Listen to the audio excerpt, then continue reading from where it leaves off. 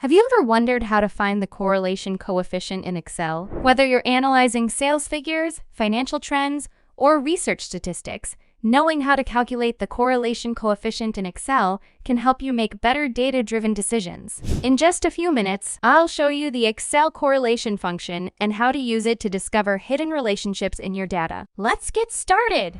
So, what exactly is the correlation coefficient? It's a number between -1 and 1 that tells you how strongly two variables are related.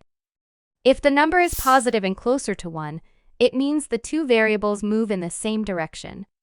If it's negative and closer to -1, the variables move in opposite directions.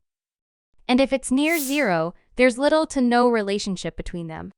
This simple correlation formula in Excel is powerful for any data analysis task. Now, let's calculate it in Excel using the CORREL function.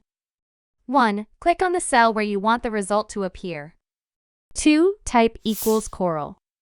Now, select your first dataset by clicking on the first cell in the range and dragging down to the last cell you want to include.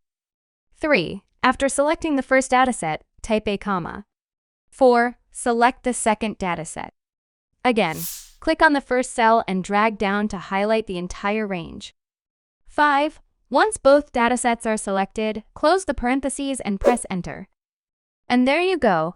Excel calculates the correlation coefficient, showing you the strength of the relationship between your two variables. But what if you want to compare more than two datasets?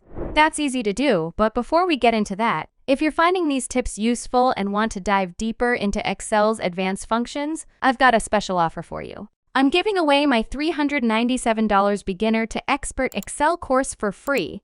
All you need to do is subscribe, like this video, and comment "I want the course" below.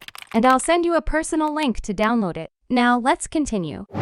If you want to compare more than two datasets, simply adjust the ranges in the formula to compare different pairs of columns, and you'll be able to see the correlations between multiple variables.